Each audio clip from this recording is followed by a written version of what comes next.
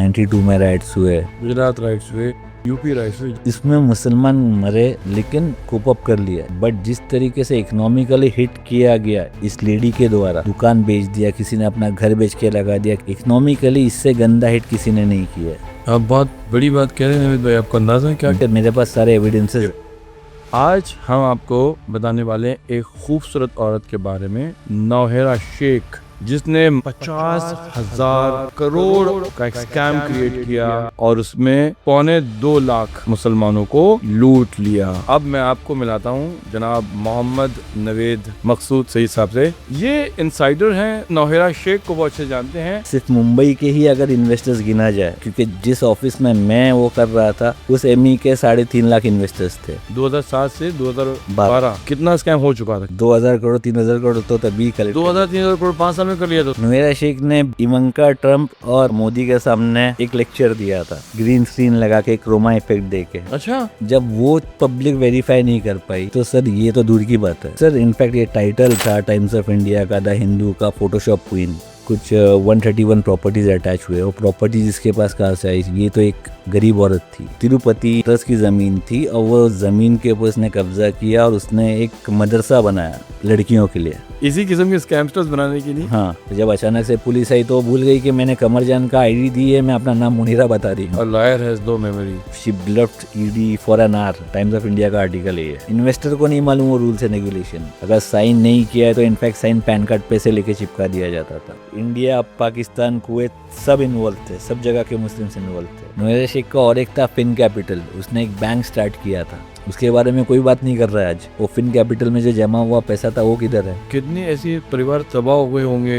32 as थी उसकी, gulf में था वो। वहाँ से उसने कमा के 16 लाख जमा किया और जैसे इन्वेस्ट किया उसके 1 महीने बाद कंपनी बंद। उसको जैसे ही मालूम पड़ा 30 साल के एज में, ऐसे बहुत सारे लोग हैं जिसका डिवोर्स हुआ। मौतें कितनी हुई? जब वो अरेस्ट हुई 2018 में, उसने एक ऐसा एम्बियंस बना दिया था कि मुसलमानों को ही बांट दिया था, जो बीजेपी गवर्नमेंट नहीं कर पाई थी, इसने मुसलमानों में एंटी प्रो करवा दिया था। सर सोचिए।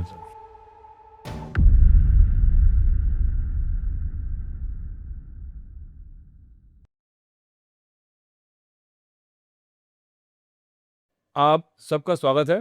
मैं हुसैन जैदी आपकी शुरू में मौजूद हूँ। इससे पहले कि मैं आपको आज अपने मेहमान से आपका तारुफ कराऊं, आपको 2 छोटी छोटी बातें बताना चाहूँगा। सबसे पहले ये कि औरत अल्लाह की सबसे खूबसूरत मखलूक है and at the same time जो है वो औरत बहुत ख़तरनाक मखलूक भी है। एक ज़बान के इस्तेमाल से वो तलवार से ज़्यादा गहरा घाव छोड़ सकती है। अब मान लीजिए कि इस चीज़ को थोड़ी देर के लिए भूल जाइए, आ जाते हैं मज़हब पे, धर्म पे, दीन पर। इंसान आपको पता है क्या करता है? इंसान धर्म के लिए लड़ सकता है, झगड़ सकता है, जान दे सकता है, लेकिन कभी मज़हब पे या धर्म पे अमल नहीं करता। ये दोनों अलग अलग बातें थी ना। But it could be as I said opium of the masses. अब मान लीजिए कि आप एक औरत को, उसकी खूबसूरती को और मज़हब की नज़ाकत को या मज़हब के नशे को आप मिला दीजिए, तो आप सोचिए कितना लीथल कॉम्बिनेशन होता है। आज हम आपको बताने वाले हैं एक खूबसूरत औरत के बारे में, नौहेरा शेख, जिसने मज़हब का सहारा लिया। जी हाँ, और उसने 50,000 करोड़ का एक स्कैम क्रिएट किया और उसमें उसने मुसलमानों को, गरीब स्ट्रगलिंग मुसलमानों को, अ कंजर्वेटिव एस्टिमेट 2.25 लाख मुसलमानों को उसने जो है लूट लिया। 50,000 करोड़। आपने सुना है ना, मुसलमान का सबसे बड़ा दुश्मन मुसलमान खुद होता है। वेल, ये सारे मेरे ऑब्जर्वेशन थे। अब मैं आपको मिलाता हूँ जनाब मोहम्मद नवेद मकसूद सईद साहब से। अस्सलाम वालेकुम। इस्लाम सर। ये इनसाइडर हैं, विसल ब्लोअर हैं, ये नौहेरा शेख को बहुत अच्छे जानते हैं। और जब आपको भी कहानियाँ बयान करेंगे और जब वो कहानियों के पर्दे खुलेंगी, आप हैरान रह जाएंगे कि कैसे एक ज़ाहिरन खूबसूरत औरत ने चंद बिके हुए मौलवियों का सहारा लिया और किस तरह से इतने सारे मुसलमानों को बेवकूफ़ बनाया, और मुसलमान उन मौलवियों को देख के बेवकूफ़ बनते चले गए। मैं सिर्फ मुसलमान कह रहा हूँ, चूँकि इसमें गैर मुसलमानों के साथ हुआ ही नहीं है, ये हुआ सिर्फ मुस्लिम्स के साथ में। इसलिए you should be paying attention to, ताकि अगली बार से कोई ऐसी औरत ना आए और ऐसा कोई मौलवी ना आए जो आपको दीन के नाम पे ठग सके और आप दीन के नाम पे अपने पैसे लुटा सकें। तो नवीद भाई, ये स्कैम एग्जैक्टली कितने करोड़ का था? सर ये स्कैम एग्जैक्टली जो है 50,000 करोड़ का स्कैम है। और 50,000 इसमें- करोड़? जी कितने अरसे में? सर 2007 to 2018 17 पकड़ लीजिए, यानी 10 साल में 10 साल में। उसने 50,000 करोड़ का चूना लगा दिया। जी खाली मुसलमानों के, औरों को भी? सिर्फ मुसलमान नहीं, Heera islamic business group, Heera IBG, Heera islamic group, islamic business group. Islamic business group, islamic business के नाम पे उसने मुसलमानों को चूना लगा दिया, जी, सिर्फ मुसलमानों को। जी एक भी हिंदू नहीं था उसमें? नहीं टोटल विक्टिम कितने थे इसके? सर सभी विक्टिम ही हैं इसके, देखा जाए तो। हाँ, तो जितने इन्वेस्टर है 11 लाख इन्वेस्टर्स थे। 11 लाख? Yes sir. वो तो आप बता रहे कि 2.25 लाख उसकी। सर 2.25 सर, मैं जिस ऑफिस भिंडी बाजार में जो देख रहा था जी। सर, एक ME के अंडर में एमई यानी मार्केटिंग एग्जीक्यूटिव, जी। एक मार्केटिंग एग्जीक्यूटिव के अंडर में 150 DSA होते थे, जी। Direct selling agent. जो देखिए स्टार्टिंग में इसने जो स्टार्ट किया था, कोई एडवर्टाइजमेंट नहीं, कुछ नहीं, स्टार्ट किया था एक दावत तौहीद सेंटर से। ये महिला हैदराबादी थी ना? हैदराबादी थी। सो ये दावत तौहीद सेंटर क्या है? दावत तौहीद सेंटर मीन्स सर, इसका जो she had married, this is her 5th marriage. जी, जी। ओके, तो फर्स्ट मैरिज ब्रेक होने के बाद में she was working as a nanny, nanny? Dubai. Naini मतलब दाई? दाई। दाई? हाँ, तो वहाँ पर से अब देखिए, दुबई सऊदी वगैरह में अगर आप बोलेंगे कि मैं इस्लाम के लिए काम कर रहा हूँ, तो दे डोनेट बहुत यहाँ ज़्यादा भी करते तरीके हैं से। ना? हाँ, यहाँ आप पर भी यहाँ भी करते हैं इस्लाम का वहाँ। नाम लीजिए, लोग जान दे देंगे। जी, जी। तो उसी तरीके से उसने पहले दावत तौहीद सेंटर स्टार्ट किया डॉक्टर शहनाज के साथ में। अच्छा, दावत तौहीद सेंटर इज कि लोगों को अल्लाह की वहदानियत की तरफ बुलाना। पहले तबलीग अपने आप करना। को पोर्ट्रे कर दूं कि मैं मुसलमान हूँ, एक हाँ। आलिमा हूँ। हाँ, ठीक है? आलिमा? आलिमा। ओ, आलिमा दो- स्कॉलर, वुमन स्कॉलर। हाँ, जी। बट जब मुंबई का चार्जशीट आया, वो 6th फेल है। जी। ठीक है, 6th फेल? 6th fail. अब उसने अपने नाम के आगे आलिमा भी लगा दिया, उसने नाम के आगे डॉक्टर भी लगा दिया। डॉक्टर भी लगा दिया। ठीक है क्रॉस चेक क्यों नहीं किया लोगों ने? सर, किया था लोगों ने। कम से कम तफसीर आना चाहिए उसको, अहादीसे आना चाहिए, सर, उसको इस- कुरान आना चाहिए। कुरान आना चाहिए सर, कुछ कुरान के वर्सेस याद कर लिया उसने। हाँ, तो आलिमा हो गई। हाँ, सुभान अल्लाह माशाअल्लाह बोल के बात कर, ये तो सुभान हिंदू भी अल्लाह बोल लेते हैं। नहीं, सुभान अल्लाह माशाअल्लाह, इस तरह के जो स्लैंग्स अगर जब कोई यूज़ करता है तो मुसलमान और अट्रैक्ट हो जाता है जी। कि भाई आलिमा है। ठीक है, और प्लस उल्मा का हाथ इसमें, जी। खास उलमा कर यानी कितने कह रहे हैं आप? यानी मुस्लिम स्कॉलर्स? मुस्लिम स्कॉलर्स। हाँ, कितने थे उसमें? सर इसके अंदर थे, देखिए, जलालुद्दीन कासमी। दर्दिन कासमी कहाँ के हैं ये? ये मालेगांव के हैं। तो ये सर्टिफाइड मौलवी हैं क्या? ये सर्टिफाइड मौलवी है। अच्छा। जलालुद्दीन कासमी, सलाउद्दीन मदनी आलिम है। सलाउद्दीन मदनी ये कहाँ के हैं? ये मुंबई के ही हैं। ये भी मौलाना हाँ, रांची के हैं, वैसे मुंबई में ही ये वो मतलब मैं खाली बताना चाह रहा हूँ कि वाकई सर्टिफाइड मौलवी हैं कि ये बन रहे थे? सर्टिफाइड मौलवी है। ओके। एक उलमा होते हैं, एक उलमा सू होते हैं, बीके। उलमा सू, उलमा रब्बानी और उलमा सू। जी जी। ये उलमा सू थे। जी। ये इनको जलालुद्दीन बता दे, उलमा रब्बानी उसको कहते हैं जो अच्छे लोग होते हैं, जो अल्लाह की तरफ बुलाते हैं, नेकी की तरफ बुलाते हैं, उनको उलमा रब्बानी कहते हैं। उलमा सू होते हैं जो बुराई की तरफ बुलाते हैं, उनको उलमा सू कहते हैं। ये जिन जिन मौलवी का नाम ले रहे हैं ना, ये बिके हुए स्कैमस्टर्स, ये उलमा सू है, नवीद भाई कह रहे हैं। जी जी। तो मेराज रब्बानी। जी, मेराज रब्बानी। मेराज रब्बानी ये कहाँ के हैं? ये भी मुंबई के ही हैं। अच्छा, ठीक है। और तौसीफुर रहमान, तौसीफ रहमान, ये तो ये बड़ा नाम है। पाकिस्तान के हैं। अच्छा, ये बहुत बड़ा नाम है, लोग सुनते हैं जी, उनके यूट्यूब वगैरह। जी, तौसीफुर वो भी रहमान इन्वॉल्व है इनके साथ? वो भी इन्वॉल्व है इसके साथ में। जी। सर ये माशाल्लाह। स्कैम सिर्फ जिस वे में दिखाया गया है कि इंडिया का ही स्कैम है, सर नहीं सर, ये बहुत बड़ा स्कैम है। ये Islamic business group, islamic business, international scam. इसके अंदर सर इंडिया के लोग भी हैं, पाकिस्तान के लोग भी हैं। मौलाना तौसीफुर रहमान जी। जिन्होंने ये सब मतलब इसको एक वो दिया, वो पाकिस्तान के मशहूर आलिम है वो। बहुत मशहूर आलिम है। और अरशद बशीर मदनी, वो अपने आप को ये भी बोलते हैं कि मैं फिनेंस, इस्लाम और फिनेंस में जो है स्कॉलर हूँ। कहाँ के वो? वो हैदराबाद के ही हैं। अच्छा। ठीक है, बट एब्सकॉन्डेड है वो भी अभी अच्छा। भी। तो ये सब एब्सकॉन्डिंग है कि लोग पकड़े नहीं, गए? ये लोग हैं, बट हाँ। उलमाओं के ऊपर ज़्यादा वो किया नहीं गया। क्यों? अब लोगों ने दिया नाम उलमा है। बट जिन्होंने लूटा है उनके हम्म, सारे पैसे जो खा गए हैं, हम्म, धोखा तो आपको कुरान में, इस्लाम में सबके लिए कहा कि मना मतलब बुरी बात होती है। जी तो बड़े अगर सर, एक दाढ़ी बना ली तो उससे क्या होता है? जी चोर बिल्कुल तो सही चोर होता सर, है। बिल्कुल बिल्कुल। जी। तो इसके ऊपर कई बार हम लोग ने ये भी बोला, जैसे कि कुछ बोला जाता है कि मुश्रिक के पीछे नमाज नहीं होती है। राइट। तो कुरान चैप्टर 2 वर्स 275 से 2 वर्स 279, जिसमें ये है कि जिसने भी इंटरेस्ट लिया या दिया, जी। उसने अल्लाह और उसके रसूल के साथ में जंग किया। नवीद तो भाई तो ये समझा रहे हैं, मैं अपने उन लोगों के लिए जो बहुत बोले वाले व्यूअर्स हैं, मुशरिक यानी जो अल्लाह को नहीं मानता, ये अल्लाह के साथ लोगों को शरीक करता है, उसको मुशरिक कहते हैं। उसके पीछे नमाज पढ़ना नहीं होती है। फिर नवीद भाई सूरह बकरा की आयत नंबर 275 का रेफरेंस दे रहे हैं।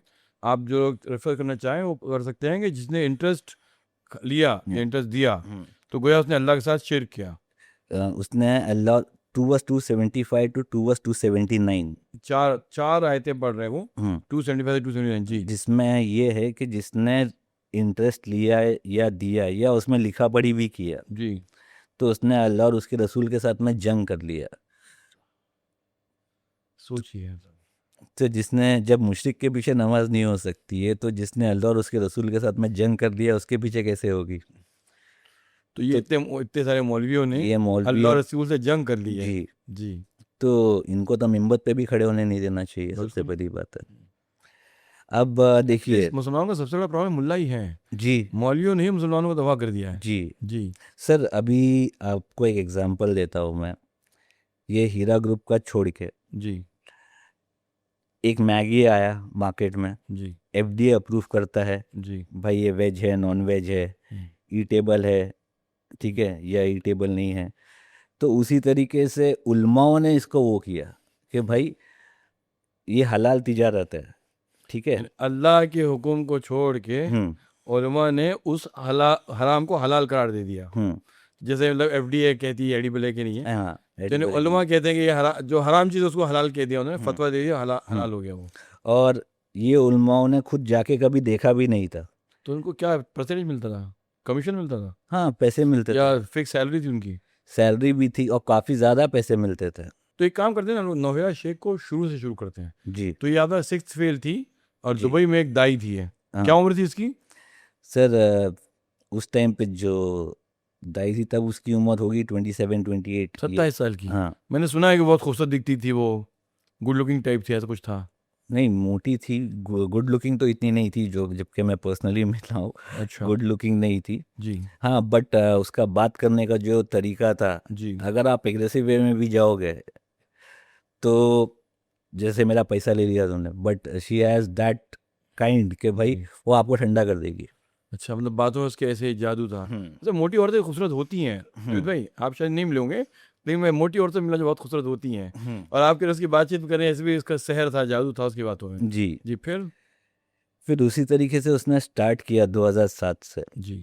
2007 से जब स्टार्ट किया उसने, उलमाओं को सबसे पहले देखिए, उसने जैसे मुस्लिम्स का सेंटिमेंट्स कहाँ पर हर्ट होता है, एक तो उलमा ने बोल दिया, फिर मस्जिद में डोनेशन, ठीक है, मस्जिदें बनाना, ये सब चीज़ें किया सवाब उसने, जारिया। सवाब जारिया। जी। तो उसने मस्जिदें बनाया, एक अपनी माँ के नाम से बनाया बिल्किस मस्जिद, इसने इसने नोएरा शेख में, नौहिरा ने माँ के नोएरा नाम से मस्जिद बनाई, मस्जिद कहाँ बनाई है बनाई? हैदराबाद में। अच्छा। फिर अब उसके ऊपर भी कई फतवे हैं कि भाई इंटरेस्ट से बना हुआ मस्जिद है, या तो इसको ढा दो या तो कोई इसको एडॉप्ट कर ले। ये मस्जिद कब बनाई थी उसने, ये लूटने के बाद? लूटने से पहले ही बना दिया था, उससे पहले उसने जो एक वो शुरुआत किया था, एक आपको मालूम होगा तिरुपति में एक ज़मीन थी, एक जी। लैंड थी, जो इसने कब्जा किया, नौहिरा ने। नोहेरा ने। जी। वो तिरुपति, मतलब उस ट्रस्ट की जमीन थी वो? ट्रस्ट की ज़मीन थी, और वो ज़मीन के ऊपर उसने कब्जा किया और उसने एक मदरसा बनाया लड़कियों के लिए, ठीक है, माशाल्लाह। उससे सब लोग खुश हो गए। क्या बात है, तिरुपति के ट्रस्ट की मस्जिद पे कब्जा, ट्रस्ट पे कब्जा करके मदरसा बनाया है लड़कियों के लिए, लड़कियों के लिए, इसी किस्म के स्कैमस्टर्स बनाने के लिए। हाँ। जी। तो फिर धीरे धीरे इससे लोगों के अंदर थोड़ा वो आने लगा कि हाँ भाई ये काम कर रही है। So madrasa is always looked at as negative thing among the government. Sir अगर आप मस्जिद बनाने जाओगे तो पहले आ जाएगा, लेकिन आप मदरसा के नाम से वो करोगे तो नहीं आता। नहीं आता। अच्छा, ओके। ठीक है, ये म- किस साल की बात है? 2012 की बात है सर ये। अच्छा, नहीं मैं वो उसके दाई के बाद से उसे हाँ, तो बॉम्बे का मतलब वही- उसने धीरे से छोटा सा पहले बनाया, अच्छा। फिर डोनेशंस लेना चालू किया, बाहर से तो डोनेशंस आ ही रहे थे। फिर डोनेशंस जो है, इसने तौसिया एक बनता है, मालूम है सर आपको? मस्जिद अगर आपको डोनेशन लेना है जी जी जी। तो आपको तौसिया लेना पड़ता है जी। जमीयत वगैरह से। That's a formal permission to accept donation from Muslims. उसको तौसिया कहते हैं। जी हमारे ऑडियंस को हम खाली समझा रहे जी जी। तो तौसिया के लिए जब उलमा, मतलब जो उलमाए हक वगैरह है, जो जमीयत, उनको मालूम पड़ा कि वो इस टाइप का बिजनेस कर रही है, तो तौसिया देने से मना कर दिया हैं। था, तो उन्होंने वो परमिशन रिजेक्ट कर दी। रिजेक्ट कर दिया था हैदराबाद के अहले हदीस जमीयत ने। जी तो इसने एक मॉब बनाया जी। औरतों का, अच्छा, और उस जमीयत ऑफिस पे अटैक किया। क्या खतरनाक औरतें होती ना। औरतों ने जमीयत पे अटैक किया, कितनी इसके औरतें ऊपर थी वो? एफआईआर भी थी, कुछ लगभग 30 औरतें थी। क्या बात है। That gang of 30 women। हम्म। फिर फिर उसके बाद सब में बुर्का पोश थी। सब बुरका पोश थी, माशाल्लाह। जाके तोड़म ताड़ी किया वहाँ पे। और सारे लोग मुंह देखते रहे, ये जाके जमात का ऑफिस तोड़ रही है ना, मर्द लोग खामोश रहे। खामोश रह गए। अरे रोकते, दूसरी और औरतें रोकती हैं। एफआईआर भी हुआ, बट वहाँ पर कई नाम ऐसे भी है, पॉलिटिकल नाम, जैसे महमूद खान, ये कौन जो सा? होम मिनिस्टर है अच्छा, वहाँ के हैं। हैदराबाद में, अच्छा। वो सब इनके उस पे चल रहे थे। जी। ठीक है, तो जब इनके ऊपर जब एफआईआर भी जब हुआ, नहीं नहीं, एक मिनट। फिर वो जो उन्होंने जमात जमीयत, का जब तो ऑफिस तोड़ दिया 30 औरतों ने, फिर क्या हुआ? तो स्टार्टिंग की जो औरतें थी जो फ्रेम में आई, जी क्योंकि जमीयत वालों ने एफआईआर किया, जी। तो उनके ऊपर आज भी केस चल रहा है। अच्छा। ठीक है, वो नोएरा तो उसमें पीछे हट गई, जी बट जो औरतें जो मतलब थोड़ी एग्रेसिव टाइप की, जिन्होंने मारा भी था वहाँ पे, मारपीट भी किया था, जी। तोड़म ताड़ी किया, उनके ऊपर केस अभी भी चल रहा है। औरतें खतरनाक होती हैं ना। जी फिर धीरे धीरे करके इन्होंने मुसलमानों का इसी तरीके से मस्जिद बन सॉरी मदरसा बना के, उलमाओं को पे करके, ऐसे काफ़ी लोगों को अपने अंडर में कर लिया। ठीक है, जैसे मेराज रब्बानी के ऊपर एक केस हुआ था, मौलाना मेराज रब्बानी। मौलाना ऐसे मेराज भी था। रब्बानी के जी ऊपर उनको अरेस्ट कर लिया गया था। उन्होंने कुछ एक गलत वो किया था, मतलब एक थोड़ा भड़काऊ भाषण दिया था, जी। उसके ऊपर केस हो गया था। तो नोएरा ने जो है उनको बेल करवाया, उनको बाहर निकलवाया। तो ये एक टाइप का उसके ऊपर एहसान कर एहसान दिया। कर दिया। खरीद तो लिया। वो एकदम ऐसे हो गए कि भाई जो नोएरा बोलेगी वही सही। उन्होंने तो एक कसीदे भी गाई हैं उसके ऊपर, कलमा तो नहीं बोला ना उसका। बस वही बाकी रह गया बाकी था। रह गया। हाँ, और उन्होंने बाकी मेराज रब्बानी जैसे आलिम को वो करने के लिए, क्योंकि उनका सऊदी में अच्छा कॉन्टैक्ट है मेराज रब्बानी का, जी। फंडिंग वंडिंग के लिए, तो मेराज रब्बानी की बेटी से अपने भाई की शादी करा दी। फिर इसी तरीके से जो उलमास जो थे, जितने भी उलमास इसके अंदर इन्वॉल्व है, तो उलमाओं ने जब बोल दिया कि ये हलाल है, ठीक है, अब ये बिजनेस किस तरीके से चलता था 2000 जो बताया जाता था। देखिए, सबसे पहले 2007 से 2012 ये इन्वेस्टमेंट जो है बाकायदा शेयर सर्टिफिकेट देती थी, जबकि कंपनी ना तो स्टॉक एक्सचेंज से रजिस्टर्ड थी, ना आरबीआई से, और ना ही सेबी से। ठीक है, कहीं से भी रजिस्टर्ड नहीं थी। और जब आप एक शेयर होल्डर हो, यानी कि आप एक पार्टनर हो गए, तो you have the full authority to ask for balance sheet, जो वो नहीं दिखाना चाहती थी। तो अब इस पे कुछ इंटेलेक्चुअल लोग ने उठाया कि भाई बैलेंस शीट क्यों नहीं दिखा रही है। तो उनको जो ये उल्मा जो इसने रखा था, तो उसने ये लोग जो है बुखारी का 2679 और सही मुस्लिम का 1646 हदीस सही कोट करते बुखारी थे। और सही मुस्लिम जो हैं, वो मुस्लिम्स की हदीस की किताबें हैं जो मुस्लिम रेफर करते हैं आम तौर से to find out the conduct of the holy prophet सल्लल्लाहु अलैहि वसल्लम। इन हदीस किताबों में से पढ़ते हैं वो लोग। तो ये वहाँ से रेफरेंस दे रहे हैं नवीद भाई। जी, तो उसमें ये है कि अगर कोई अल्लाह और उसके रसूल को रख के ओथ ले, जी। तो उसको टो मत करो, डोंट स्टॉप देम और क्वेश्चन देम। अगर अल्लाह और रसूल के नाम में कसम खा ली तो कसम खा ली तो। ऐसा सही बुखारी में लिखा है। जी, जी तो लोग उधर साइलेंट हो जाते थे, तो भाई झूठी उलमा ने कसमें खा बोला। सकते हैं? अब वो झूठी कस्में खा रही है तभी लोगों को थोड़ी मालूम था, उलमा बीच में आके डिफेंड कर रहे हैं ना। अच्छा। अब पुलिस आ रही है, बोल रही है कि भाई ये कल्प्रिट नहीं है, जी तो छोड़ देगी ना, मतलब आदमी हट जाएगा, साइलेंट हो जाएगा। जी। तो यहाँ पे उलमा थे, पुलिस नहीं थी, यहाँ पे उलमा थे जी। लोगों को रोकने के लिए। तो उन्होंने खाली बुखारी और मुस्लिम की हदीस को देख करके हम्म। झूठी कस्मों में यकीन कर लिया। हाँ, तो लोग आगे नहीं बढ़े ज़्यादा। स्टार्टिंग ये 2017 तक तो माउथ टू माउथ पब्लिसिटी तक ही चला था, ठीक है। इनफैक्ट बोर्ड लगाना भी अलाउड नहीं था हीरा ग्रुप का। अच्छा। अब देखिए, जो मैं आपको 7 से 12 तक का जो फॉर्मेट है इसका, ये पहले समझा दूंगा तो आपको समझ में आ जाएगा कि इन्वेस्टर्स कितने हैं और कितने हिडन हैं अभी तक। देखिए, 2007 से 12 तक ये शेयर सर्टिफिकेट देती थी, और उस टाइम पे ऑनलाइन नहीं लिया जाता था पैसा, कैश में लेते थे, और जो प्रॉफिट जो है वो भी कैश में दिया जाता था। फिर 2012 से जब लोग बैलेंस शीट ज़्यादा पूछने लगे, इसको बैलेंस शीट दिखाना नहीं था। 5 साल तक में स्कैम किस लेवल पर पहुंच गया था? 2007 से, हाँ, 2007 से 12, 2012, हाँ। इस 5 सालों के अरसे में हम्म। कितना स्कैम हो चुका था? कितना पैसे उसने कलेक्ट कर लिया था?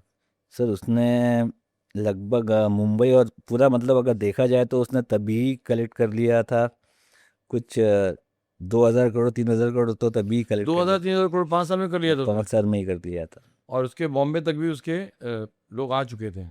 सर मेन जो है, मेन हब जो देखा जाए, मुंबई ही है। अच्छा, मेन मुंबई हब है उसका। मुंबई है, मुंबई के, सिर्फ मुंबई के ही अगर इन्वेस्टर्स गिना जाए, जी। ठीक है, क्योंकि जिस ऑफिस में मैं वो कर रहा था, उस एमई के 3.5 लाख इन्वेस्टर्स थे। तो आपका मुंबई, ऑफिस भिंडी बाजार में? भिंडी बाजार में सलीम अंसारी। जी। तो ऐसे टोटल मुंबई में एक सलीम अंसारी था, एक अजिया जवाले थी। अजिया जवाले फर्स्ट रैंक पे आती थी, उसने पूरा कोकन रीजन कैप्चर किया हुआ था। अच्छा। सलीम अंसारी का भिंडी बाजार में ऑफिस था, मुंब्रा में ऑफिस था, कुर्ला में ऑफिस था, रोहा में ऑफिस था। फिर डॉक्टर रिजवान, इसने मेडिकल डॉक्टर बाय प्रोफेशन था, डॉक्टर का वो छोड़ दिया था इसने, बट ये एम्प्लॉय था हीरा ग्रुप का, इसने अपनी वाइफ को मार्केटिंग एग्जीक्यूटिव बनाया था। जी। फिर और एक था राजस्थान का शब्बीर गजदर, ठीक है। ये सारे जो एमीज थे, इनका ही कलेक्शन 5 लाख हो जाता, मतलब 5 लाख इनके ही इन्वेस्टर्स है। 5 लाख इनके इन्वेस्टर्स थे। जी। तो रुपए कितने बनते थे? सर एक अभी इनको देखिए, पहले तो इनको सैलरी थी 17,000, जी। प्लस सलीम अंसारी का मैं खुद देखता था तो मुझे मालूम है कि मंथली जो है 50 लाख तो कहीं नहीं गया उसका कमीशन। उसको 1 लाख पे 5% मिलता था, जो मार्केटिंग एग्जीक्यूटिव। मार्केटिंग तो ये एग्जीक्यूटिव। लोग इन्वेस्ट क्या, किस प्रॉमिस में करते थे? क्या प्रॉमिस क्या होती थी?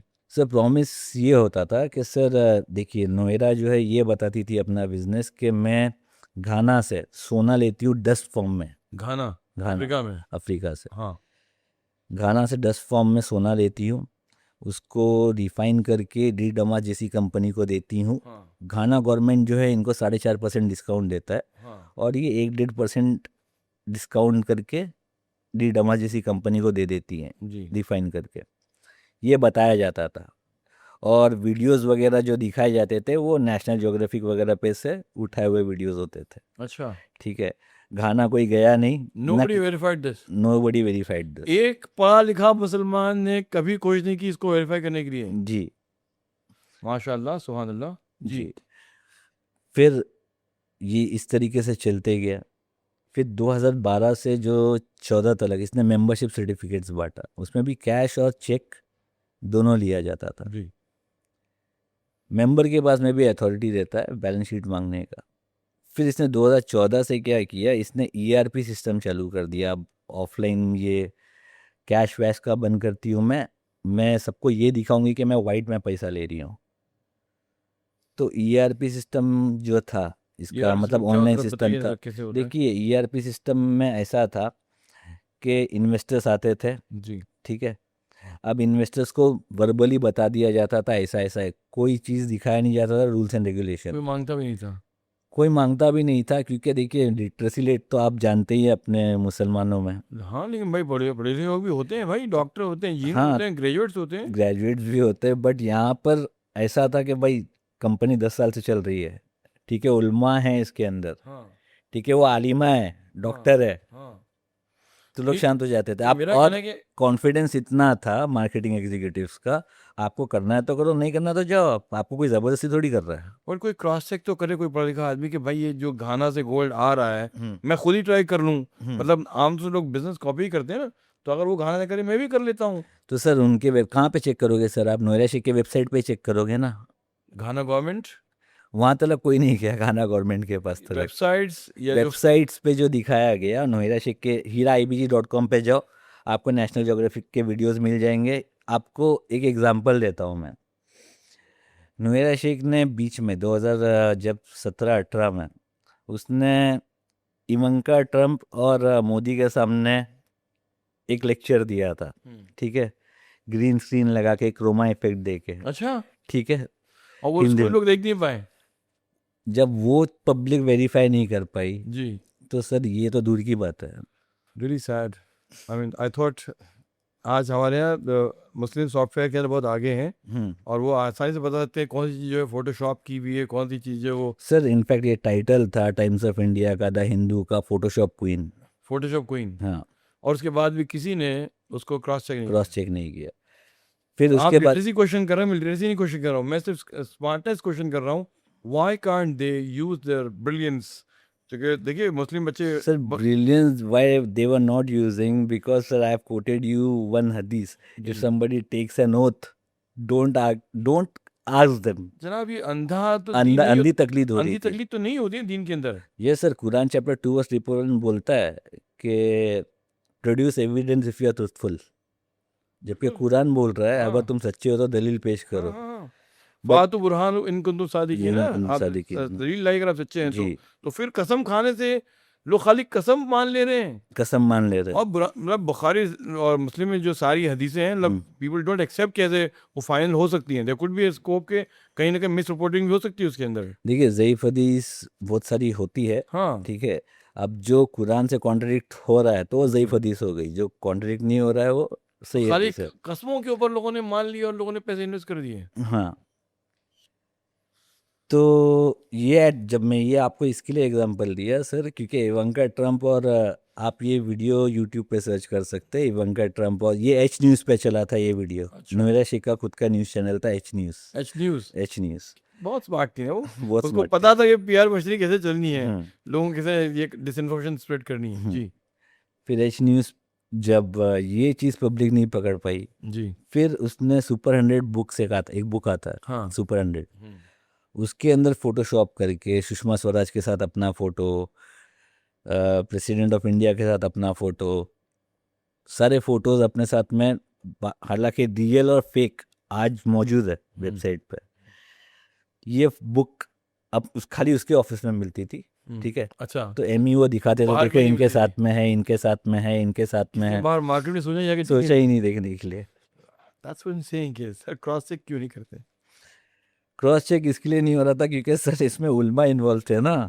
हाँ, लेकिन हजारों इन्वेस्टर्स भी इन्वॉल्व थे जी सर, और वो सबके लोग पढ़े के लोग होंगे। मतलब बिल्कुल सर। सर जब मैं खुद ईओडब्ल्यू के ऑफिस गया था, जी तो उस टाइम पे ऑफिसर थे मनीष औले। जी तो उन्होंने बोला एक अनपढ़ औरत ने जैसे इंजीनियर ग्रेजुएट्स को ऐसा बेवकूफ़ बना दिया, ये समझ के बाहर है। मैं खुद भी समझ नहीं पा रहा हूँ हम्म, कि आप कैसे जो है वो इतने सारे पढ़े लिखे मुसलमानों ने हम्म। एक दुबई की दाई 6th फेल औरत की फोटोशॉप को कैच नहीं किया, उसके टॉल क्लेम्स को वेरीफाई नहीं किया, उस किताब में उसको देखा कहीं बाहर से किताब ढूंढते भाई चलो कहीं से लाएं। How come the whole community was sleeping? In fact ये कम्युनिटी में सर पुलिस ऑफिसर्स ने भी इन्वेस्ट किया है माशाल्लाह। Sir. Muslim reserve system. Muslim हाँ देखिए अब मैं इसी भी सीबीआई ऑफिसर्स ने भी इन्वेस्ट किया है। सीबीआई मुस्लिम ऑफिसर्स ने। हम्म। जी माशाल्लाह। तो अब इसके आगे जब बात खत्म हो गई। अब क्या हो गया? तो कौन चेक करेगा अब तो? जी तो इस तरीके से चला। अब फिर जो मेन जो ट्विस्ट आया इसने, जो 2014 से जो ऑनलाइन सिस्टम जो चालू किया, तो सर इसमें एक्चुअल में ये खुद ही फंस गई थी, लेकिन लोगों ने इसको पकड़ा नहीं, अच्छा क्योंकि इसने ऑनलाइन लेना चालू किया था और इसने एक टर्म यूज़ किया सर। सबसे पहले इसने ये बोला कि बैलेंस शीट के लिए ये बोला सर, बिजनेस का डेफिनेशन होता है sales and purchase of goods where you have profit and risk of loss, जी राइट। तो सर इसने प्रॉफिट की जगह पे इसने बोला कि हमारी कंपनी प्रॉफिट नहीं बेनिफिट देती है। ये नफा और नुकसान की जगह उसने लफ्ज फायदे का इस्तेमाल किया। इसने प्रॉपरली ये स्टेटमेंट दिया है कि हमारी कंपनी प्रॉफिट नहीं बेनिफिट देती है। जी बेनिफिट यानी कि आप अगर सेविंग अकाउंट में डाल रहे हो तो आपको जो इंटरेस्ट आ रहा है, जी ठीक है, वो भी एक बेनिफिट हो गया। जी तो वो तो हराम है। और जो प्रॉफिट जो है उसको जानबूझ के फ्लक्चुएट किया जाता था 2800 से 3200 के बीच में, ताकि एक फिक्स्ड इनकम ना दिखे, इंटरेस्ट टाइप। अच्छा, लोगों को मिलती भी थी, लोगों को इनकम आती, फायदा होता था हाँ, लोगों बराबर आता था। का। अच्छा ये 2017 तक बराबर आ रहा था। जो इसके अंदर लार्जली हिट हुए हैं 2016 के, 2017 के और 2018 के। 2016 के जो लोग हैं उनका 40% लॉस हुआ है। 2017 के जो लोग हैं उनका 60, 18 वालों का तो 100% लॉस हुआ है। उससे पहले सबने कमा लिया, उससे पहले लोगों ने कमाया 15-16 तक लोगों ने कमा लिया। कमाया। जी तो यही दिखाया जा रहा था ना, उन लोगों ने कमा लिया। और ये लोग जो कमा रहे थे ना, बहुत सारे ऐसे भी लोग थे, कमाने के बाद में भाई मुझे आ रहा है पैसा और डाल देता हूँ मैं उसके अंदर। 50,000 का मेरा कवर हो गया ना, मैं वापस डाल देता हूँ उसके अंदर। पॉलिसी ऐसी चलती है ना जी। कि पहले शुरू शुरू में बेनिफिट दिया जाए छोटे अमाउंट पे, और बड़े अमाउंट लेके कूल हो जाना चाहिए। जी। तब तक कोई एडवर्टाइजमेंट नहीं चल रहा था। अब 2017 से इन्होंने जो है एक महिला एम्पावरमेंट पार्टी स्टार्ट किया, एक पॉलिटिकल पार्टी, जो लेडी का कोई भी बैकग्राउंड नहीं है, पॉलिटिकल बैकग्राउंड। नोएरा शेख एक बहुत गरीब खानदान की औरत थी। इसके फादर जो है एक वेजिटेबल वेंडर थे, नन्हे साहब, सब्जी वाले, सब्जी वाले, क्या नाम था? नन्हे साहब नंदे साहब। जी। जी और इनकी माँ का नाम बिल्किस है। और बोर्ड ऑफ डायरेक्टर्स में भी अगर अभी देखा जाए, नोएरा शेख को अरेस्ट किया जा रहा है, बट डायरेक्टर बॉडी में से इसका भाई है अब्दुल रहमान, दूसरा छोटा भाई है इस्माइल, ठीक है, बेटा है अबू बकर, अब्दुल कयूम, सिस्टर्स है कमर जान, मुबारक जान, मुनीरा। इनफैक्ट अभी जो नोएरा को गुरुग्राम से पकड़ा गया, ठीक है, तो वो अपना नाम कभी यूज़ नहीं करती थी ये कोई पूरे भी। डायरेक्टर से सब इसकी पूरी ये सब पूरी फैमिली जो है वो डायरेक्टर डायरेक्टर बॉडीज में थे। जी। तो इन डायरेक्टर्स को भी अभी तक, हालांकि एनबीडब्ल्यू लिखा हुआ है, बट उनको कोई अरेस्ट नहीं किया सारे अभी डायरेक्टर्स तक। एब्सकॉन्डिंग है कि एब्सकॉन्डिंग सब एब्सकॉन्डिंग साथ सब साथ सब एब्सकॉन्डिंग भाई बहन सब उसके सब भाग गए? एब्सकॉन्डिंग है। फिर इनफैक्ट गुरुग्राम में जब अरेस्ट हुई, अभी कब जब हुई है? अभी सुप्रीम कोर्ट का ऑर्डर था, एनबीडब्ल्यू निकला था इसके ऊपर, NW non bailable non warrant. Available warrant ji जब निकला था, तब she was heading at Gurugram ji. With her fifth husband Sameer. तो वहाँ पर अच्छा, तो शादी भी उसका शौहर भी था उसका? शौहर भी था वो कौन उसका। अच्छा आदमी लगा था? सर वो भी फ्रॉड आदमी है, वो जहाँ भी तक फ्रॉड? मैंने इन्वेस्टिगेट किया है। अच्छा गुरुग्राम से हो सकता है, क्योंकि इसका जो पहले का एडवोकेट था विनीत डांडा, उससे एक कन्वर्सेशन हुआ था हमारे एक भाई की। तो उसने ये भी बोला था, he was drunk, when person is drunk you know he can record everything. जी। तो उसने ये बोला था, मुझे इनका भागने का एन रूट प्लान भी मालूम है, इन्होंने कई मर्डर्स किए हैं, हाँ ठीक है, अगर मैं आपको बता दूं तो कहीं मेरा भी मर्डर ना हो जाए, अच्छा, ठीक है, एडवोकेट ने कहा था? एडवोकेट ने कहा था। जी। ये सारी चीज़ें किससे कहा था उसने सर? एक यूट्यूबर ही था, अच्छा उससे ही कहा था उसने, उससे कॉल पे बात किया था तभी। जी तो उसके बाद जब नोएरा शेख को देखिए बेल नहीं मिल रही थी मुंबई से, जब शुरुआत में 2018 में बेल नहीं मिल रहा था, तो तो मुंबई गिरफ्तार हो चुकी थी वो? ऑलरेडी अरेस्ट हो गई थी कि हैदराबाद से उसको बेल मिल गई थी, महमूद खान वगैरह थे। तो मुंबई ईओडब्ल्यू जब विनीत डांडा बाहर खड़ा था सुबह 6 बजे, मतलब जो सुबह जो जेल का आपको रूल मालूम होगा, जो पहला अनाउंसमेंट होता है अ, मतलब कुछ 7 बजे के आसपास होता है, तो उस टाइम पे विनीत डांडा खड़ा था, इसका जो एडवोकेट था बाहर। मुंबई ईओडब्ल्यू पहुंच गए वहाँ पे, उसको बैकडोर से, वो बाहर ही खड़ा था तब तक वो लैंड हो चुकी थी मुंबई में। तो उसका ताबा मुंबई में ले लिया गया था, और मुंबई में लास्ट तक इसको बेल नहीं मिला था, अच्छा, ठीक है। म- कितना अरसा अंदर थी जेल में? सर 2018 से लेके 2021 तक अच्छा, यानी 3 साल तक वो ये भाईकला जेल में थी वो? बाइकला जेल में थी। ताबे पे ताबे आए, बट मुंबई जेल में आ जाती थी वो। जी और उसके बाद जब मुंबई ने उसको ताबे में लिया, जब उसको अरेस्ट करके लाया, फटाफट चार्जशीट डाला। फिर उसके बाद में 3,000 पेज का चार्जशीट डाला। अच्छा जिसके अंदर EOW ने? ईओडब्ल्यू ने, जिसके अंदर आज भी लिखा हुआ है कि इन्वेस्टिगेशन स्टिल पेंडिंग। और उसके अंदर ये भी मौजूद है, सबसे पहले तो ये डॉक्टर नहीं है, सिक्स्थ फेल है। और जनवरी से लेके अक्टूबर तक जो पैसा इसने लिया था इन्वेस्टरों से, वो पैसा कहीं यूटिलाइज किया ही नहीं इसने, वही पैसा इन्वेस्टरों में बांटा। अच्छा। ये चार्जशीट में मौजूद है। तो अभी भी लोग बोलते, और आरओसी रजिस्टर ऑफ कंपनी में ये ऑलरेडी कन्विक्टेड है, अभी जो आया इसमें ऑलरेडी कन्विक्ट हो गई है। जी। अब मेन कंसर्न है पैसे का। अब ईडी सुप्रीम कोर्ट में केस देख रही है, तो इस जो इसकी प्रॉपर्टीज अटैच हुई, ठीक है, कुछ 131 प्रॉपर्टीज अटैच हुए, वो प्रॉपर्टीज इसके पास कहाँ से आई? ये तो एक गरीब औरत थी, वही इन्वेस्टरों के पैसे से इसने प्रॉपर्टीज लिया, ठीक है। प्रॉफिट का रेशियो भी मैं बता दूं सर आपको, जब इन्वेस्टमेंट लिया जाता था तो पहले इन्वेस्टर को बता दिया जाता था कि 40% आपका रहेगा, 60% कंपनी का रहेगा, ये कंपनी मेहनत कर रही है, ठीक है। अब वो कितने में क्या हुआ वो किसी को नहीं मालूम, ठीक है, क्योंकि बैलेंस शीट तो कोई देख ही नहीं रहा है। ये एक चीज़ था। 2012 में इसने और एक फ्रॉड किया था सर। बड़ी बड़ी जो टूर्स एंड बड़ा बड़ा जो टूर्स एंड ट्रैवल्स है, जो हज के लिए भेजते हैं, वो लोग 300 350 का वीज़ा मैक्सिमम छापते हैं। इसने इनकलाब पेपर में ऐड डाला था 500 वीज़ास का, अच्छा। और भेजा एक को भी नहीं, एक को भी नहीं एक भेजा? को भी नहीं भेजा। एक तो मेरे खुद के रिश्तेदार थे, तो 500 लोगों ने हज के पैसे दिए उसको? दिए उसको। उस जमाने हज के पैसे कितने थे? सर उसने कुछ जमा किया था 1500 करोड़। 1500 करोड़ करोड़ हज के? हज के पैसे के लिए। और और एक आदमी का हज का कितना पैसा होता था? सर कुछ 4 या 5 लाख था उस टाइम 5 पे। लाख रुपया उस जमाने जी में था। जी, और 500 लोगों से उसने इस पैसे ले लिए। ले लिया था। और उनको सर कभी वीजा दिखा नहीं उन्होंने? पासपोर्ट सर इन लोगों ने जमा करके रखा था। इनफैक्ट एक जो मेरे एक रिश्तेदार जो थे, उन्होंने क्या किया, यहाँ से अपना भर दिया और हज कमेटी से जो है अपने फादर को भेज दिया।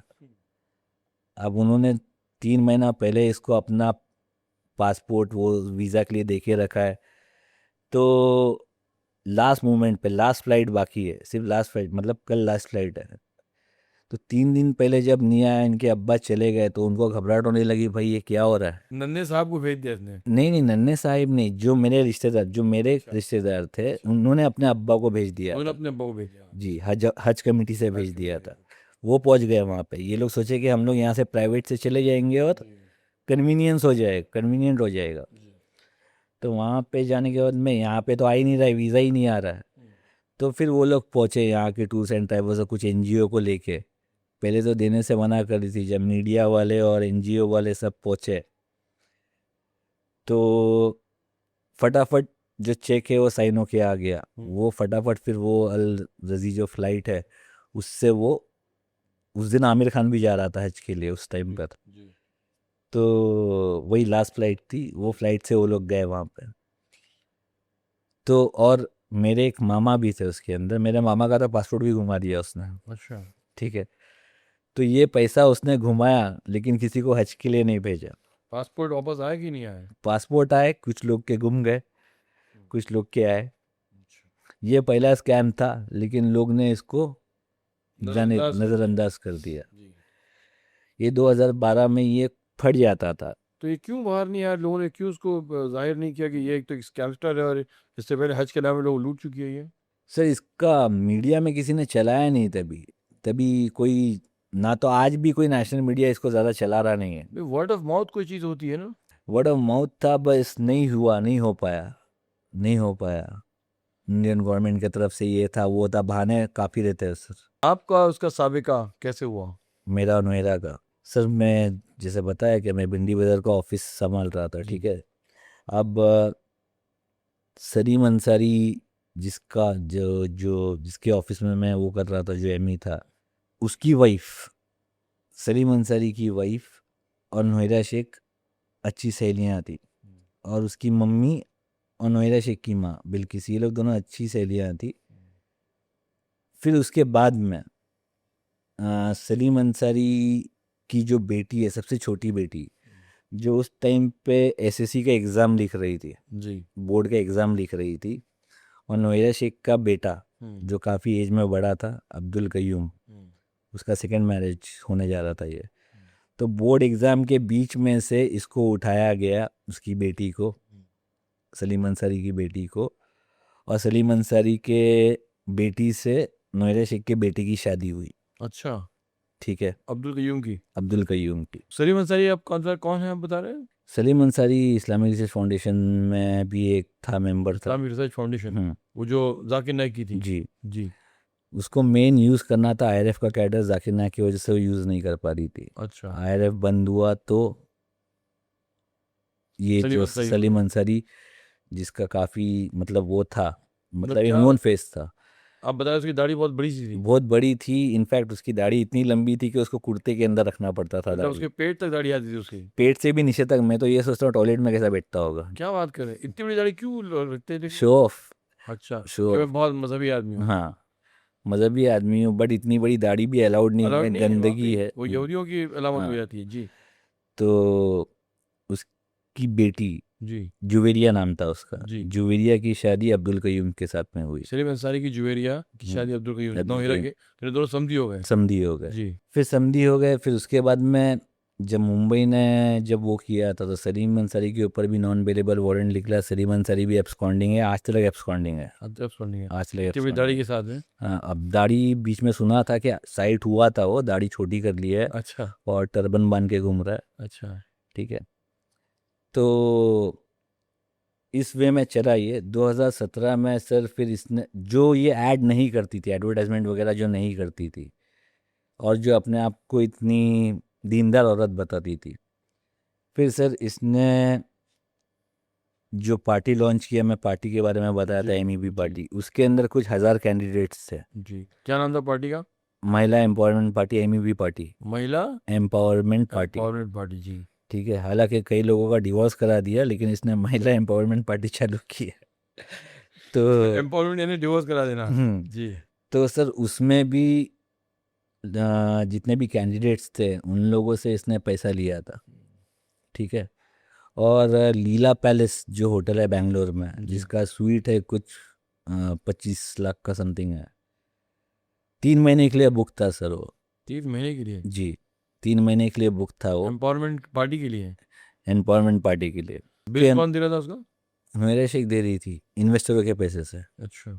अब चलिए, अब यहाँ पर ट्विस्ट दूसरा होता है। जो अपने आप को इतनी आलिमा, इतनी दीनदार औरत बता रही थी, अब वो फिल्म स्टार्स को बुला रही है अपने मदरसे में। अच्छा। जैसे ये अरबाज खान हो गया, सोहेल खान हो गया, बॉबी देओल हो गया, सुनील शेट्टी हो गया। ठीक है, ये सब मदरसे में आ रहे हैं। कौन से मदरसे में? जो लड़कियों के मदरसे में, जी। जो इसने चालू किया था तिरुपति तिरुपति में। में। हाँ, जी। वहाँ पर आ रहा है। रमज़ान पार्टी ये ऑर्गेनाइज कर रही है। जी। फिर इसने टी10 लीग भी ऑर्गेनाइज किया था, जी। मालूम होगा नहीं, शायद। क्या है वो टी10 लीग, क्रिकेट का टी10 लीग इसने स्पॉन्सर किया था। इसने? हाँ, अच्छा। और एक बहुत बड़ा परफॉर्मेंस हुआ था जिसके अंदर अलका याग्निक आके गाना गा रही है। जी। जबकि हदीस तो ये भी है कि हज़रत सल्लल्लाहु अलैहि वसल्लम ने जब गाना सुना तो कान में उंगली रख के वो भाग गए थे। जी। तब तो भी लोगों ने वो नहीं किया, ये मौलवी लोग ने तब भी फतवा नहीं दिया, कुछ कोई किया नहीं। फतवा नहीं दिया, आज तक रुजू भी नहीं किया। तो ये हर हराम काम जो था शरीयत का कर रही थी वो। कर रही थी वो, सूद ले रही थी, मौसीकी कर रही थी, सब कुछ कर रही सब थी कुछ वो। कर रही थी सर। जी। सर इनफैक्ट उसका एक हज वीडियो, के पैसे लूट ले रही थी। एक वीडियो भी वायरल हुआ है इसका, पियानो बजाते हुए। पियानो बजा रही थी वो? पियानो बजा रही थी और बोला भी ये लीक नहीं होना चाहिए। अच्छा। अभी काफ़ी पतली हो गई है बैलिस्टिक सर्जरी के बाद में, जी। पहले काफ़ी मोटी अब थी तो वो। ना जेल में थी तो सर्जरी कब कराई उसने? जेल से बाहर आने के बाद में अभी रिसेंटली उसने बैलिस्टिक सर्जरी करवाया है। अभी रिसेंटली कराई है? हाँ, अभी रिसेंटली करवाया है। तो जब ये मैं बता रहा था आपको, जब गुरुग्राम में पुलिस गई, जी। सर ये फेक आईडीज यूज़ करती थी जो भी होटल में रुकती थी या जहाँ पर भी रुकती थी। तो उसने ईडी ने जॉइंट ऑपरेशन किया था गुरुग्राम पुलिस के साथ में। अब उसने अपना नाम, हालांकि पुलिस को मालूम है सर, जब कैदी अंदर जाता है उसके फिंगरप्रिंट्स जी। पूरा स्कैन होता है, हर चीज़। जी। उसने 1 घंटे तक जो है पुलिस को ये बोला कि मैं नोएरा नहीं, मैं मुनीरा हूँ, मुनीरा हूँ। मुनीरा। और चलो नाम मुनीरा बताया नीचे, लेकिन नीचे लॉबी में जो है उसने आइडेंटिटी कार्ड मतलब आईडी जो दिया था कमर जान का दिया था। अच्छा। ठीक है। तो मालूम है आपको एक ये चीज़ मालूम होगा साइंटिफिकली कि आदमी जो बार बार झूठ बोलता है वो पुराना झूठ भूल जाता है। तो जब अचानक से पुलिस आई तो वो भूल गई कि मैंने कमर जान का आईडी दी है, मैं अपना नाम मुनीरा बता रही हूँ। A liar has no memory. हाँ। साइकोलॉजिकल फैक्ट है। हम्म। तो अपना नाम मुनीरा बताया उसने। She left ED for an hour, Times of India का आर्टिकल ये है। अच्छा। फिर उसको लेके आए, फिर now she is in Chanchalguda jail. तो और चंचलगुड़ा में उसको काफ़ी अच्छी फैसिलिटी है सर। जी। और जेल में आपको मालूम है सर, जब ट्रायल नॉर्मल ट्रायल चल रहा है, जब तक कन्विक्टेड नहीं है तब तक पैसा चलता है सर वहाँ पर। जो भी चाहिए कैंटीन वैंटीन तो ऐसे ही खरीद लेती है, और उसको काफ़ी सहूलत है हैदराबाद में। हाँ, उसको थोड़ा डर है मुंबई से, मुंबई से बाइकला कैंटीन जेल उसको? से। मुंबई में कैंटीन वगैरह नहीं ले पाती है, थोड़ा इनकन्वीनियंट हो जाता है वहाँ पे। तो जैसे मैंने आप बताया, कह रहे 3 साल तो यहाँ थी और सारे ताबे होने के बावजूद वो बॉम्बे जेल ही प्रेफर कर रही थी वो, यहाँ बैकला जेल में। बाइकला जेल से उसको निकलना था, इसके लिए वो सुप्रीम कोर्ट गई। बाइकला अच्छा। जेल से वो नहीं निकल पा रही थी, हैदराबाद से उसको बेल मिल गया था। अच्छा। जब मुंबई ने 3,000 पेज का चार्जशीट डाला, जी। महाराष्ट्र में सब जगह चार्जशीट गिरने लग गए, तो हैदराबाद को डालना पड़ा चार्जशीट ये देख के। जी। अदरवाइज उसका चार्जशीट हैदराबाद से तो उसको बेल मिल गया था। जी। जो ये लोग बोलते रहते हैं कि भाई ओवैसी के वजह से हुआ, ओवैसी का तो होल्ड सिर्फ हैदराबाद में है, मुंबई में कहाँ है? जी। ओवैसी ने क्या किया था? असदुद्दीन ओवैसी ने असदुद्दीन ओवैसी ने। क्या किया था? सर मेरी बात सुचिता दलाल से भी हुई थी, जी। जो जिन्होंने लिखा था इसके ऊपर। तो मैंने पूछा, ma'am why are not raising the voice against this scam? तो उन्होंने बोला कि I have written many times to your leaders, Muslim leaders, that Ponzi scheme में पैसा नहीं मिलेगा। जी। बट ओवीसी को लिखा मैंने, इसको लिखा मैंने। तो बट मैं क्या और क्या कर सकती हूँ? सुचिता लिखेगी तो ही कुछ होगा क्या? Am I a finance minister और what can I do? Owaisi वगैरह को मालूम था, but they don't want to interfere, Owaisi interfere नहीं करना नहीं करना चाहता था। चाहता? अच्छा। क्योंकि जो मोल्ड ये देना चाह रही थी एमईवी पार्टी के साथ में जी। कि भाई मेरे ऊपर एक पॉलिटिकल रिवेंज लिया जा रहा है, इसके लिए मेरी कंपनी बंद हो गई। कौन रेल ले रहा है उसे? ओवैसी जो अभी तक ये जो इसने एक अफवाह उड़ाया है, ठीक है, हालांकि पैसे ख़त्म हो गए थे, बस ये जो स्कैम है ये पूरी तरह से ख़त्म, फट गया था 2017 में। देखिए 2017 में मैंने छोड़ दिया था जॉब, क्योंकि क्या हुआ था उस जो टाइम। सलीम अंसारी की आप बात जी, कर रहे हैं? देखिए 3 स्कीम थी। गोल्ड की स्कीम थी जिसमें मंथली पैसे आते थे, टेक्सटाइल की स्कीम थी जिसमें ईयरली पैसे आते थे, और एक फूड एक्स की स्कीम थी। फूड एक्स फूड एक्स वो क्या है? मतलब ग्रोसरीज वगैरह, अच्छा। ठीक है। तो उसमें पैसे कैसे आते थे? देखिए वही बता रहा हूँ, जो जैसे गोल्ड का है, गोल्ड का आप ये महीना अभी जैसा चल रहा है, जून चल रहा है अभी, ठीक है, आपने जून में पैसा दिया, 30 जून तक आपने पैसा दिया, तो जुलाई का एक महीना छोड़ के अगस्त से आपको पैसा आने लगेगा। टेक्सटाइल का जो है आपने आज दिया है 2026 में, जून में, तो अगस्त 2027 में आपका पहला बेनिफिट आएगा, पहला अच्छा। प्रॉफिट आएगा। तो 2 लाख फूड पे एक्स पे साल भर लगेगा? टेक्सटाइल पे साल का था, जी। फूड एक्स पे 2 साल का था। 2 साल का था। जी और कितना परसेंट आता था? 28%? हाँ। अच्छा। गोल्ड पे भी 28%? गोल्ड पे, हाँ गोल्ड पे भी 28% ही था, मतलब सॉरी, 1 लाख पे 2800 से 3200 रुपया देती थी वो, अच्छा। फ्लक्चुएट करके। जी। बट जब जैसे ये अरेस्ट हुई थी तो इसने पॉलिसी चेंज किया उस टाइम पर। उस टाइम पे पॉलिसी इसने, देखिए सबसे पहले मैं आपको ईआरपी का एक चीज़ बताना मैं वो भूल गया। देखिए लोग आते थे, इन्वेस्ट करते थे, कोई रूल्स एंड रेगुलेशन का फॉर्म नहीं था सर, जी। ठीक है। एक ब्लैंक पेपर पे सिर्फ नाम वाम लिखना रहता था, ऐसे ही साइन कर दिया जाता था। जो रूल्स एंड रेगुलेशन का जो फॉर्म था वो हम लोग जैसे एम्प्लॉयज़ भरते थे, ठीक है। तो सबसे पहले अप्रूवल लिया जाता था। अप्रूवल में जो साइन है उसको पेन पे जाके स्टिक, मतलब उसको कॉपी करके उस रूल्स एंड रेगुलेशन पे पेस्ट किया जाता था, जी। ठीक है। इन्वेस्टर को नहीं मालूम वो रूल्स एंड रेगुलेशन, वो एमई या डीएसए या जो भी एम्प्लॉय है वो साइन चिपकाता था। अगर साइन नहीं किया है तो इनफैक्ट साइन पैन कार्ड पे से लेके चिपका दिया जाता था। जी। ठीक है, उसको ये रूल्स एंड रेगुलेशन नहीं मालूम, बट बाद में जब लोग पूछने आते थे तो तुमने साइन किया है इसके ऊपर। अच्छा। ठीक है, जी। इस तरीके से बेवकूफ़ बनाया जाता था। पहले अप्रूवल लिया जाता था, फिर एक टीसीएन फॉर्म होता था। टीसीएन यानी कि ए बोले तो गोल्ड, टीसीएन ए यानी गोल्ड। ठीक है, टीसीएन ई यानी टेक्सटाइल, और टीसीएन जी यानी फूडेक्स। ये 3 स्कीम थी। फूडेक्स में ऐसा था, 2 साल में आता था, 20,000 रुपये का एक यूनिट था। एक यूनिट 20,000 रुपये का था, और उस पर आपको 2 साल के बाद आएगा 30,000, 40,000, ऐसा अच्छा, ऐसा बेनिफिट आएगा। आएगा। हाँ, अच्छा, मतलब 20,000 का यूनिट लेके 30,000 मिलेंगे आपको। 30,000 मिलेंगे, मतलब डबल हो जाएगा, डबल से भी ज़्यादा। अच्छा, लेकिन तो गोल्ड पे और टेक्सटाइल पे से नहीं था।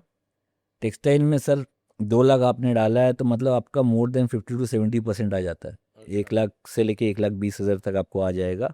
दूसरे साल में आपका कवर हो जाएगा। और गोल्ड का जो था वो 3 साल में कवर होता था। अच्छा। ठीक है, तो इसके लिए मैंने ये बताया था कि 2016 में जिसने डाला है उसका 40% लॉस हुआ है, 17 वाले का 60 to 70%, और 18 वाले का तो 100% लॉस हुआ है। अच्छा। और कुछ लोग ऐसे भी थे, क्योंकि फूडेक्स में डबल अमाउंट आ रहा था, जी। तो कुछ कुछ लोग क्या सोचते थे कि भाई ये तो अपना सैलरी जैसा चालू हो जाएगा 27 महीने बाद। जी। मैं 20,000 डालूंगा, 27 महीने तक अगर मैंने 2 साल तक अगर मैंने 20,000 डाला, तो फिर 3 महीना छोड़ के मुझे मंथली मंथली आने लगेगा 20 का 30,000, 40,000। तो कुछ लोगों ने 20,000 डाला, कुछ लोगों ने लाख रुपया भी डाला है। ठीक है, ये सारी चीज़ें स्कीम्स में थी। ये तो खाली मैं स्कीम की बात कर रहा हूँ, जिसके अंदर मुंबई, हैदराबाद, इंडिया, पाकिस्तान, कुवैत सब इन्वॉल्व थे, सब जगह के मुस्लिम्स इन्वॉल्व थे। नवाज शेख का और एक था फिन कैपिटल, उसने एक बैंक स्टार्ट किया था। जी। इसके बारे में किसी को नहीं मालूम होगा। अच्छा। Fin Capital interest free bank था, उसके बारे में कोई बात नहीं कर रहा है आज। वो फिन कैपिटल में जो जमा हुआ पैसा था वो किधर है? अथॉरिटीज़ को भी नहीं मालूम है इसके बारे में इन्वेस्टिगेट करने के इनकम बाद में। टैक्स वाले, डीआरआई वाले, एनफोर्समेंट वाले, ये लोग ने आज तक कभी सोचा नहीं इसको इन्वेस्टिगेट करने के लिए पैसे कहाँ हैं। सर ईडी का रेट पहले पड़ा था एक बार, बट इनकम टैक्स का अभी जो इसके ऊपर केस चल रहा है, इसको 3,400 करोड़ इनकम टैक्स भरना है। जी। 3,400 करोड़ इनकम टैक्स भरना है अभी इसको। जी। और 2016 में जीएसटी चालू हो गया था सर। जी। ठीक है, तो लोगों को ये लगा कि भाई जो हमको प्रॉफिट आ रहा है उसमें से जीएसटी तो कटेगा ही। तो इनफैक्ट हम लोग ने खुद ने मेल किया था सीईओ ऑफिस में उस टाइम पर। तो जीएसटी के बारे में जब पूछा नोएडा से डायरेक्ट, तो नोएडा का ये जवाब था मेल में कि भाई हमारा गुड्स का जो सेल और परचेज हो रहा है वो इंडिया में तो हो रहा नहीं है, जी। हमारा घाना से दुबई में हो रहा है। जी। ठीक है, तो हम लोग जीएसटी क्यों भरेंगे? अच्छा, और लोगों ने मान लिया उस बात। लोगों ने मान लिया उस बात को। मैं सिर्फ। देखिए, कॉमर्स में एक टर्म होता है सर, ईथॉस पैथॉस लोगोस। जी। पैथॉस यानी एक डराना या किसी को सेंटिमेंटल, मतलब एक मुस्लिम्स जो है जैसे उल्मा कुरान सुभान अल्लाह माशाल्लाह सुन के जो है थोड़े इमोशनल हो जाते हैं। ये जो पैथॉस वाला जो टर्म है, ये वो यूज़ करते, पॉलिटिशियंस यूज़ करते हैं डराने का, हिंदू खतरे में है।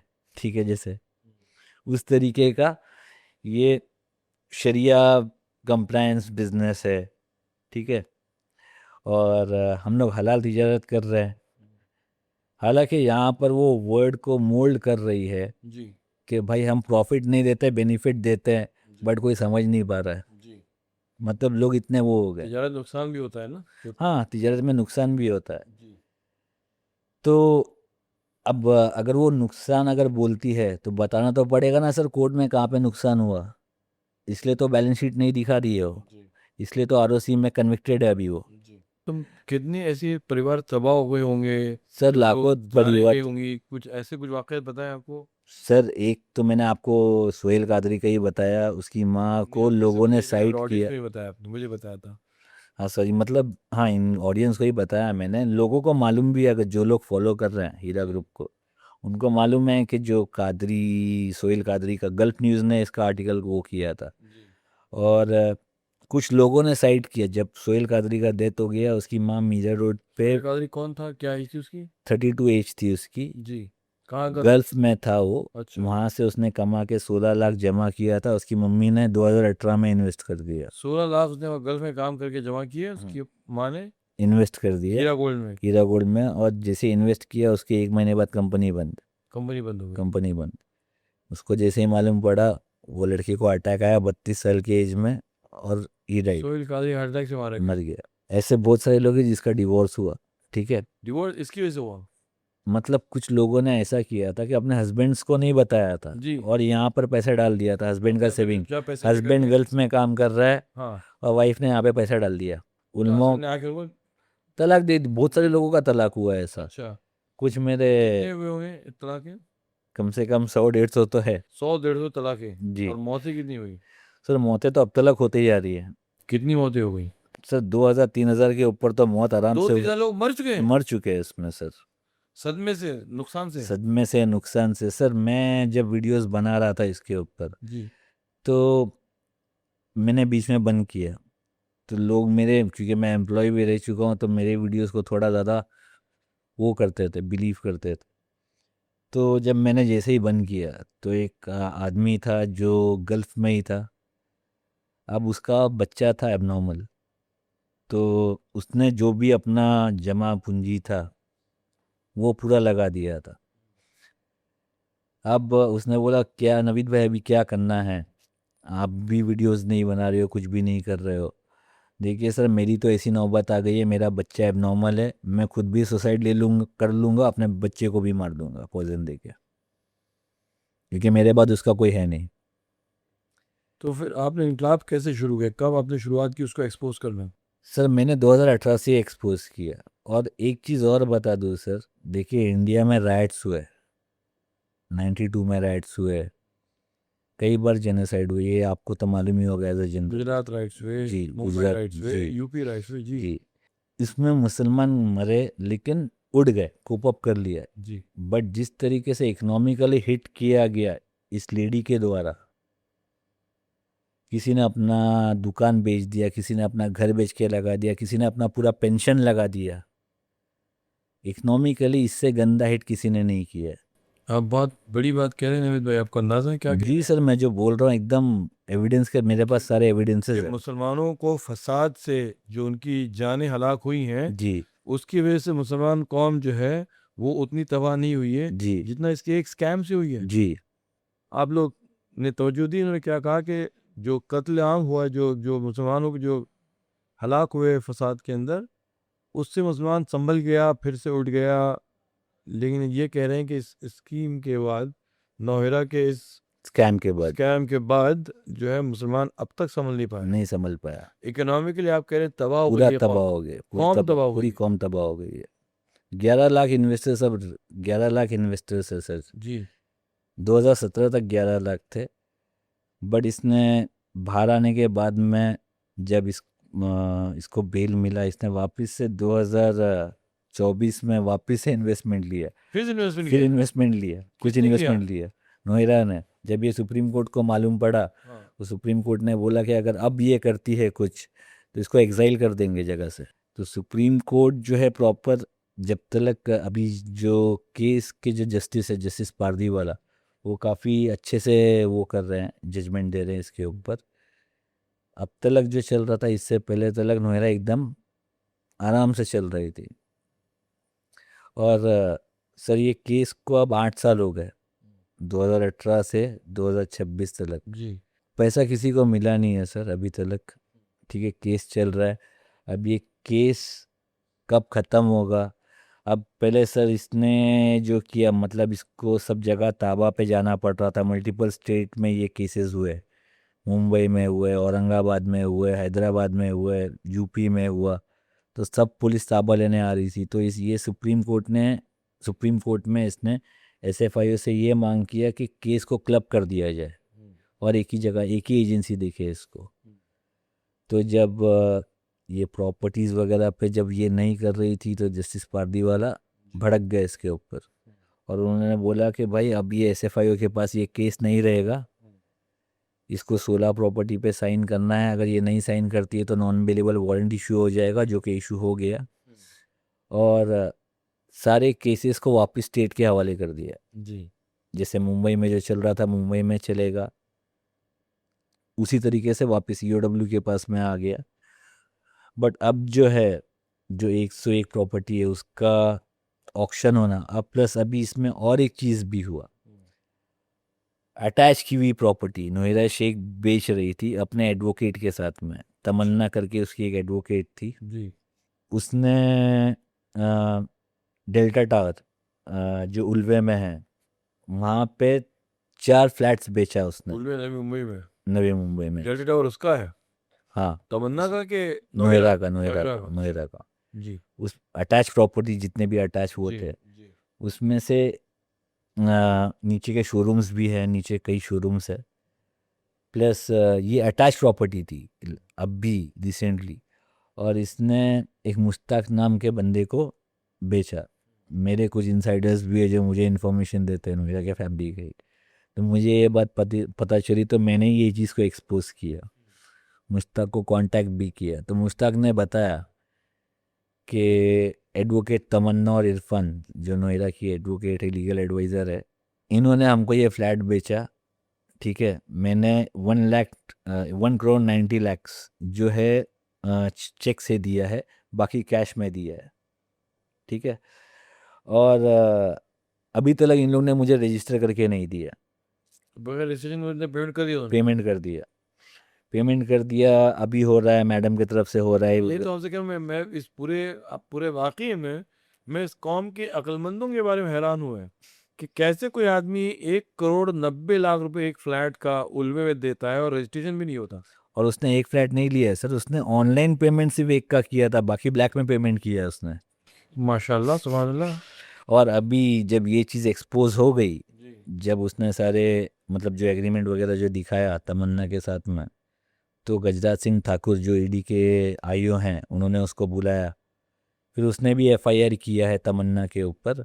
तमन्ना के ऊपर भी नॉन बेलेबल वारंट इशू हुआ है अभी, तो उसने एबीए फाइल किया है अभी फिलहाल। लॉयर के अगेंस्ट भी एनडब्ल्यू हो गया। एनबीडब्ल्यू हो गया। मौलवियों को बताइए, नहीं मौलवियों को क्या हुआ है जो बिके हुए मौलवी थे? जी सर, ये सब खामोश है अभी। इनफैक्ट अगर मैंने एक कॉन्फ्रेंस चालू था, वहाँ पे अब्दुल सलाम सिल्फी जो अमीर है, जी जमीयत अहले हदीस के अमीर है, उनसे ये चीज़ पूछा जी। तो वो एकदम खामोश हो गए। जमीयत अहले हदीस के अमीर क्या होते हैं, मेरे ऑडियंस को बताइए ना जरा। अमीर यानी कि एक लीडर। जी, ठीक है, उस कौम के सरबराह। हाँ सरबरा, जी, एक लीडर, रहबर, अमीर जी यानी कि लीडर। जी तो उनसे बोला गया कि भाई जब आप जमीयत के अमीर हैं, लीडर हैं, तो आपको बोलना चाहिए कि या तो ये रुजू करें, ठीक है, या तो फिर इनकी पकड़। तो देखिए, इस्लाम में सबसे बड़ा गुनाह जो है शिर्क है। जी उसके बाद जो गुनाह है वो हुकूकुल इबाद का है, जी किसी का हक मारना। जी अगर आपको ये हदीस भी मालूम होगा कि हजूर सल्लल्लाहु अलैहि वसल्लम ने एक जो कर्जदार था उसकी नमाज नहीं पढ़ी थी। तो ये क्या उलमाओं को नहीं मालूम ये हदीस? तो ये जो उलमा जो जो थे, जो जिनके आपने नाम लिए थे, जो मदनी और ये सारे लोग जो थे, जी, ये कौम के जो ठेकेदार लोगों के पास से कोई इनके पास गया नहीं पूछने के आपने इसको वैलिडेट किया है, आपने सर्टिफाई किया है, आपने प्रमोट किया है, आप तनख्वाह पे थे, आप लोगों ने खुद ये अभी सामने आ ही नहीं रहे किसी के, की सामने नहीं आ रहे, सामने ही नहीं आ खुद रही, भागे हुए हैं। खुद भागे हुए हैं। और कुछ लोग जो है जो जी सामने आए, जी वो ऐसा बोल देते हैं कि हमसे गलती हुई, बट पब्लिकली उन लोग ने आज तक माफ़ी नहीं मांगा, ना जमीयत ने मंगाया इनसे माफ़ी। ठीक है, मेन जो देखिए, नोएरा शेख अगर बॉम्बे आती और जी बोलती कि भाई मेरे स्कीम में इन्वेस्ट करो, तो कोई करता नहीं करता। लोगों ने इन्वेस्ट किया सिर्फ उलमाओं की वजह से, जी क्योंकि उलमा थे इसके लिए लोगों ने इन्वेस्ट किया, अदरवाइज इन्वेस्टमेंट नहीं होता। पाकिस्तान के लोग, मेरे पास पाकिस्तान के इन्वेस्टर की लिस्ट है, ईडी उस पर ध्यान नहीं दे रही है। जी सर दुबई में काफ़ी प्रॉपर्टीज़ बनाया उसने, नोएरा ने। नोएरा ने। जी, तो ये आप यहाँ से जो है एमईए वाले उस प्रॉपर्टी को फ्रीज करने के लिए से ये कॉन्फिस्केट करने के लिए नहीं कह रहे हैं? अभी तक तो सिर्फ इंडिया की प्रॉपर्टीज ही आइडेंटिफाई हुई है, और नोएरा शेख ने अब सारी प्रॉपर्टीज अपने नाम पे नहीं लेती थी, जी या बेटे के नाम पे, बहन के नाम पे, इस तरीके से प्रॉपर्टीज लेती थी वो। जी ठीक है, अब एक अल मोमिना स्कूल है जो कि नोएरा शेख की प्रॉपर्टी है, जी लेकिन वो प्रॉपर्टी अभी तक ना अटैच हुई है, जी क्योंकि उसने वो लिया है उसकी जो फ्रेंड है जिसे के साथ में उसने दावत और सेंटर्स वो किया था, जी उसके नाम पे वो प्रॉपर्टी लिया है। अलमोमिना बॉयज़ है, अलमोमिना गर्ल्स है। चकला स्ट्रीट आपको डुंगरी साइड में मालूम ही होगा, चकला स्ट्रीट जो है वहाँ पे गर्ल्स है, और मदनपुरा में जो है अलमोमिना बॉयज़ है, और मीरा रोड में भी अलमोमिना स्कूल है।